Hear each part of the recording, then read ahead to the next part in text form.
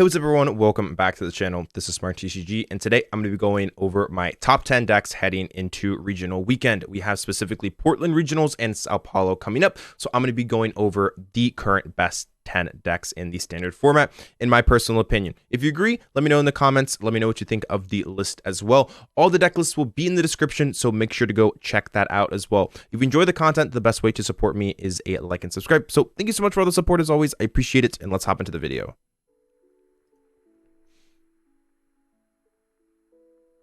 Alrighty, hopping into number 10 here, we have Miraidon. Now, this is going to be the list that got top 8 at the European International Championships, and I definitely think that it still has a place on this list. Your goal is to use Tandem Unit to set up a bunch of Lightning-type attackers. Being able to search your deck for 2 basic Lightning types and put it onto the bench is one of the best abilities that we have seen in quite some time. It's going to allow yourself to set up relatively consistently.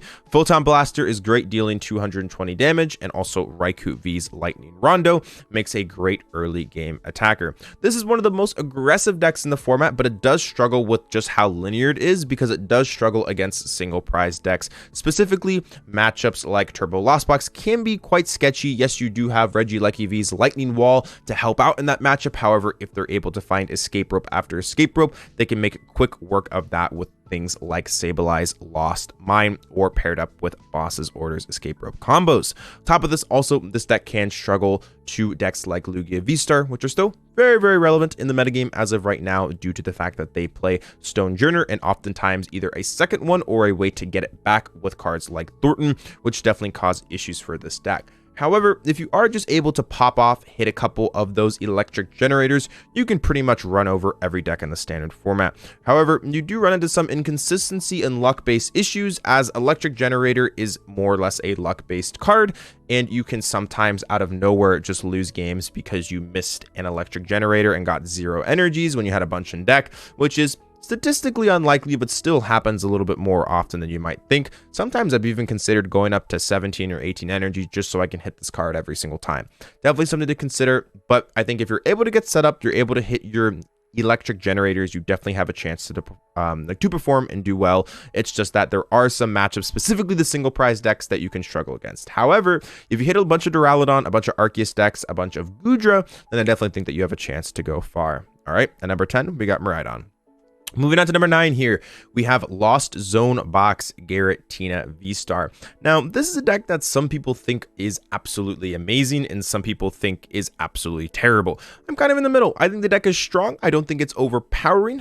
Yes, Star Requiem is incredibly powerful, along with Lost Impact as well. The problem is that there are lots of ways to handle Giratina V-Star currently, like Zacian Skyseal Stone, Tyranitar, just single prize decks in general, which almost occasionally turns this deck into just a Lost Zone Box deck with a 3/3 line of a card that you oftentimes can't even use, which sometimes does come up. However, Giratina is going to be very well positioned if decks like Goodra and Duraludon see tons of play at the upcoming events. So that is one thing that you do have going for it, because Lost Impact and Star Requiem hit incredibly well into cards like Goodra and Duraludon. So if those decks rise up, then I definitely think that this deck could reach the top tables at tournaments. However, if you're going through a sea of Turbo Lost Box, Lugias, stuff like that, you might have a pretty rough time. Cards like Temple of Sinnoh do give you a chance versus the Lugia V-Star matchup. However, you're pretty much just banking on the fact that they aren't able to remove it, and if they are, then you're going to be put in a pretty rough spot. However, Lost Zone Box Giratina, still a respectable deck, and I think it deserves its spot on this top 10, and I'm really curious to see exactly how it does at upcoming tournaments. All right, let's hop into number 8. All right, hopping into the next one here, we got the deck that Alex Szymanski used to win the European International Championships, and that is going to be Arceus V-Star Duraludon of Vulpix Toolbox. And you might be wondering, hey, this deck just won the most recent tournament. Why is it so low? There's a couple reasons as to why. Even Alex said that this is a deck that was mostly a meta call for the tournament. Cards like Duraludon VMAX with that Skyscraper and cards like Alolan Vulpix V-Star with that Snow Mirage are unfortunately very easily counterable by cards like Path to the Peak, Mimikyu EX, and more. So if players come prepared for this deck, then this deck is definitely going to struggle mightily. However, if you do go into a tournament and no one is teching for you, then I think you have a shot to do pretty well at the event. That's just the big issue, is we don't really know exactly who's going to be teching and who's not. So it creates a big unknown around how powerful this deck is actually going to be for the tournament. But I do think the risk is a little bit too high to play it as of right now safely and say, I'm going to go and top cut this tournament. I do think there will be some that make it into day 2 simply because Arceus plus Duraludon and Vulpix is just such a powerful combo. Being able to use Starbirth and Trinity Nova and just power Pokemon should get you through, as I would say, a respectable amount of rounds. However, you do run the risk of just getting destroyed by certain tech cards, which aren't necessarily super difficult to add into some of these decks. So as of right now, Arceus Toolbox, number 8, still good, but as of right now, a lot of techs that are kind of hurting the deck's viability. All right, let's hop into number 7. Hopping to number 7 here, we have a new deck that is making its appearance on the list. We have Lost Zone Box Charizard. Similar to the list that Pedro Eugenio Torres used to get top 4 at the European International Championships, this deck has revived itself again as a contender in the standard format. Radiant Charizard is one of the most powerful attacks in the game with that Combustion Blast, just one of the best attackers that we currently have, being able to deal 250 damage, just absolutely fantastic, being able to take KOs on most Pokemon after you have used things like Sableye Lost Mine to be able to set damage up across the board. We also have some pretty cool cards in here, like cards like Miltank, which help out exceptionally in the Goodra V-Star matchup. Typically, how you want to play that matchup is throwing up Miltank early, which forces them to waste their Cramorant, and then you can use your own Cramorant or Sableye to knock out their Cramorant, and then you can use something like Clara to be able to get back that Miltank and continue to route turn after turn after turn. You have things like Pidgeot as well to prevent yourself from decking out, especially when you do start to use that Miltank strategy. Yes, there is no Mawile left in this deck as of right now, so the Pidgeot could potentially get cut, but you do run into some infinite loop situations versus decks like Goodra that you might not necessarily want to put yourself through, which is which is a reason as to why I still have in the deck. And you can also force Seal Stone as well. I think this deck is really underrated right now and not talked about enough. The only issue that you sometimes run into with this deck is it's a little bit less inconsistent. It's a little bit more inconsistent compared to the ones like the Radiant Greninjas, the Kyogre variants, the Zamazentas, because you don't have Radiant Greninja, so not having that is a little bit rough. So I do think the deck still deserves its spot in the top 10-ish, but I think that if it does perform well at this event, I could potentially see it going up a little bit, but I think it deserves a spot. I think it's a lot better than people think, and this is arguably the one that no one talks about. No one really gives Radiant Charizard a shot anymore, and I think that it does deserve its spot as of right now. So Radiant Charizard, Lost Zone Box at the number 7 spot. So I'm in the number 6. All right, hopping to number 6 here, we have the fan favorite Goodra V-Star here. Pretty simple deck using your Rolling Iron turn after turn to pummel the opponent, and then using things like its V-Star power, Moisture Star, to heal off all the damage on it. You have cards like Articuno, which help out in the Lugia matchup, turning a really, really bad matchup into definitely one that is winnable. Also, cards like Cramorant and Radiant Greninja do provide respectable single prize attackers as well. I think this deck is really, really strong as of right now in the current standard format. I do have a couple issues with it though as of right now. The Lugia matchup used to be incredibly favored, however, with cards like Single Strike Urshifu being added into the deck to counter things like Duraludon and Goodra, matchup gets a little bit more scary. And the biggest problem with this deck is the Gardevoir matchup. Yes, you can still win. Cards like Articuno with that Wild Freeze do help out. However, you are going to run into some situations where they just pretty much overpower you. All the Lost Zone matchups are still pretty winnable. You have things like Roxanne to be able to disrupt them on those big turns that they're attempting to win the game on. So you do have that comeback potential as well, pretty much versus anything. You have a pretty decent Mew VMAX matchup. You got Drapion. Goodra is also pretty awkward for them to deal with as well, especially now that they can't really draw as many cards as they don't have Quick Ball. So that does actually matter a little bit more than some people might think. So I think this deck overall is pretty good. It can beat mostly anything. However, it does have some rough matchups currently in the standard format, specifically Lugia. But you do have also Temple of Sinnoh to help out. And also Gardevoir is pretty much your worst matchup. I think it's safe to say Gardevoir is your worst matchup. Lugia is definitely winnable, but Gardevoir is your worst matchup, which is kind of an issue because if Gardevoir is the most played deck at the tournament, then you might have a rough time playing Goodra. However, if you can dodge the Gardevoirs, you can do really, really well. All right. So in Goodra at the number 6 spot. All right. Let's hop into number 5 here. Hopping to number 5 here, we have the Mew VMAX deck. This is going to be the deck that Pablo Meza used to get top 4 at the European International Championships. Fantastic performance by Tablemon themselves.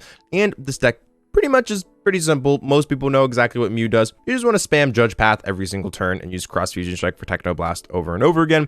You got 4 Path, 4 Vacuum to be able to remove Path turn after turn. I have tried out cards like Penny and Collapse Stadium. However, they are a little bit inconsistent. So as of right now, I'm just focusing on pure consistency and being able to achieve my strategy every single game.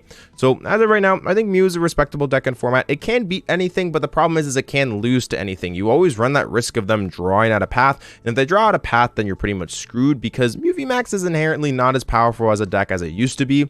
So that is a big issue that you sometimes run into. It's a little bit more inconsistent, and if they are able to draw out of it, you can run into some major issues. However, if Judge Path sticks, it's a pretty good deck. So we got Mew VMAX at number 5 here. All right. Up at number 4 here, we see the biggest drop off, I think, on this list, and that is going to be Lugia falling all the way from number 1 to number 4. I think there's a little bit more respectable place to put it as of right now, as its tournament's results have just not been exceptional. Lugia V-Star is still a very, very respectable deck, using Summoning Star to power up all of your Pokemon with the Archeopsis Primal Turbo to get set up things like Lugia V-Star, Single Strike Urshifu, Tyranitar, Stonjourner, Yveltal, and more. Being able to attack with so many different attackers gives this deck incredible versatility and really allows you the opportunity to outplay your opponents. You have cards like Professor's Burnett to get Archeops in the discard pile, as you don't have cards like Quick Ball anymore, and you also have Thornton as well to utilize Single Strike Urshifu more than once, or your single prize attackers over and over again. Also can sometimes help to get Lumineon off the field. This deck is arguably the most powerful deck in the standard format aside from Gardevoir. However, you do run into plenty of consistency issues with cards like Capturing Aroma and Mezagoza both being flip cards. That does lead to a certain amount of variance that you have to accept when you're playing this deck, and some people don't necessarily want to do that. There are going to be games where you just flip absolutely horrendously and you lose games because when you needed a head, you flip tails. When you needed tails, you flipped heads. And that's the biggest thing holding this deck back. If this deck had Quick Ball, it'd still probably be the best deck in format. However, the fact of the matter is, there's a little bit too much variance for some people. Personally, for me, I don't exactly know how favorable of an opinion to have in this deck just because of the fact of how luck-based it is. Yes, decks like Mew VMAX with cards like Chromatic are luck-based. However, you are statistically advantaged to brick them out of the game with cards like Path, as to where this deck, it's just completely randomized, right? So I think that's the one big issue with this deck. But when you set up, if you coin flip well, it's unstoppable. I think that's the big thing to say, is that if you get out of paths at certain times, if you flip heads when you need heads, you flip tails when you need tails, you're beating everything. And that's, I think, something that's really, really, interesting about this deck, and I think that's going to bring a lot of people back. It's also Lugia. A lot of people like playing Lugia. So Lugia number 4 here, I think it's respectable, deserves its 4th spot as of right now. Hopping number 3 here, we have Lost Zone Box Kyogre, another Lost Zone variant. As you might see a trend, lots of Lost Zone decks have been performing well, and they pretty much are dominating the Pokemon TCG as of right now. This is going to be the Kyogre variant. Kyogre by far has the highest skill ceiling, so that's really, really important to note. If you're going into this tournament considering to play Kyogre, make sure you understand all the lines and how to play it. It's really, really important. You never want to be put in situations where you just lose games because you didn't manage the Aqua Storm correctly. You still have other Lost Zone like attackers like Sableye, Cramorant. Greninja Greninja's a great also attacker, along with Articuno is fantastic to be able to help out in the Gardevoir matchup and also the Lugia matchup. Your goal with this deck is to get down to 0 cards and then play multiple Recyclers and then use Mirage Gate to power up the Kyogre to then use Aqua Storm to discard the top 5 cards. If you manage it perfectly, you'll be able to discard all energies to be able to do 250 to 2 of your opponent's bench Pokemon. This deck is absolutely incredible. The biggest issue is we don't know what decks are going to play Manaphy. If players play Manaphy, Kyogre becomes a lot more weak, as the deck is more or less centralized around using Kyogre every single game. That's kind of the goal, as you see cards like there being Echoing Horn to help out with Aqua Storm, and also there being 4 Recycler as well. Overall, I think this deck is really, really strong. Some people were wondering why I play Ultra Ball. The reason is since I don't necessarily play other attackers like Zamazenta that would pretty much force them to KO it to get energies in the discard pile, you run into some situations where if they path you and judge you consistently, you can't get energies in the discard pile to be able to use Aqua Storm very easily. So the Ultra Ball does provide an extra card or like an extra ball search card instead of the 3rd Nest Ball, and also allows you to discard energies, which is really good. On top of it, you can also grab Hawlucha with it, whereas Nest Ball and VIP Pass, you can't get the effect of Flying Entry, which is really not talked about enough. So I think Ultra Ball is actually very, very good in this deck, just as a 1-of to discard energies to feed the Aqua Storm, and also to be able to get things like Hawlucha. Also, Box Kyogre, really, really good deck. I think it deserves its spot in the top 3. All right, hopping into number 2 here, we have Gardevoir EX. Gardevoir continues to be one of the most powerful decks in the standard format. We most recently saw Tord Reklev get second place at the most recent European International Championships, and I took their list and made a couple of changes. I played 2 Worker instead of 1, just because Path of the Peak decks are expected to be incredibly prevalent, so I think just having that second out to being able to remove stadiums is not really talked about enough. I do also play Serena as well. Just having an extra gust effect has been absolutely monumental for me, and I've really enjoyed having that extra one here. But this is the list. I also went up to 3rd rare candy to help out in the Lost Zone toolbox matchup. Your goal is to utilize things like Kirlia and Gardevoir's Refinement and Arcana to be able to power up cards like Zacian, Cresselia, and Gardevoir. The deck has a lot of control over games once you set up. However, sometimes that early game inconsistency problems can really start to hurt you. If you're able to get set up though, you're pretty much unstoppable and you have the most control out of any deck in the format due to the fact that you're drawing sometimes 10 cards a turn, which is just quite frankly ridiculous. So, all right, Gardevoir deserves a spot at number 2. There's not a whole lot to say about it. It's just one of the best decks in format. If you can dodge the Lost Box matchup, which is its worst matchup, you definitely can go far. However, if you expect tons of Lost Box and you expect to play against multiple, then you might want to look elsewhere. But the deck pretty much handles everything else in the standard format relatively easily. So if you can dodge the Lost Box, you're going to do really well. Gardevoir at number 2. All right, hopping into number 1 here, we have Turbo Lost Box. This is the deck that pretty much everyone has been talking about and the majority of Lost Zone Box players have been considering. We got the Turbo 1. Your goal is to go super fast with things like Dragonite, Raikou, and Cramorant, just trying to blitz them as quickly as possible. You do have the ability to hit turn 1 Mirage Gate paired up with a very powerful Dragon Gale or Lightning Rondo. Doesn't happen all the time, but what makes Turbo Lost Box so special is that you have the ability to do that. Just a couple Flower Selectings and Colress's Experiment paired up with a Vacuum to discard a Tool card and a Beach Court. You can easily reach 7 on that first turn and just blitz your opponent out of the game.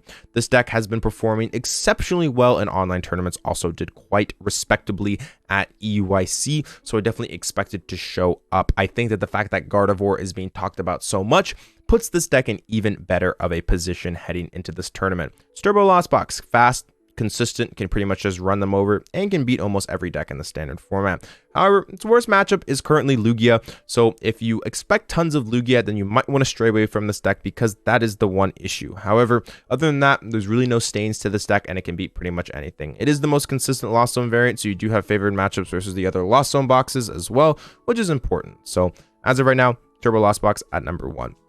Anyways, that is going to do it for the video today. If you enjoyed the content, make sure to leave a like and subscribe. Let me know if you think I missed a deck or if you think there should have been a switch, if you think Turbo Lost Box should have been the 2nd deck or the 3rd deck or even the 10th deck. You know, let me know what you think of this list in the comments. And if you enjoyed, make sure to leave a like. It helps me out as a creator, and a subscription as well would be awesome. But anyways, thank you so much for watching. I appreciate it. I'll be at Portland Regionals, so make sure to say hi to me if you see me. And with that being said, this is Smart TCG. Thank you so much for all the support as always, and I'll speak with you again soon. Peace out. If you're interested in improving your game, I do offer coaching on MetaFi. I'm one of the most successful players in the entire world, ranked in the top 20 worldwide, and I know what it takes to get there. If you're just interested about learning what coaching is, I do also have a free consultation where we can kind of go over exactly how I coach, like some of the plans that might be best for you and what we need to do moving forward to make sure that you are as successful as possible. Just is going to be kind of a time for us to get to know each other and kind of go over exactly what coaching is. But I have all of my sessions here along with training plans, and if you have any more questions, don't hesitate to shoot me a message on MetaFi or any of my socials below. But just wanted to put that out there. If you are interested in improving your game, I do offer coaching on MetaFi, and if you have any questions, anything like that, all those links will be in the description. All right, thank you so much.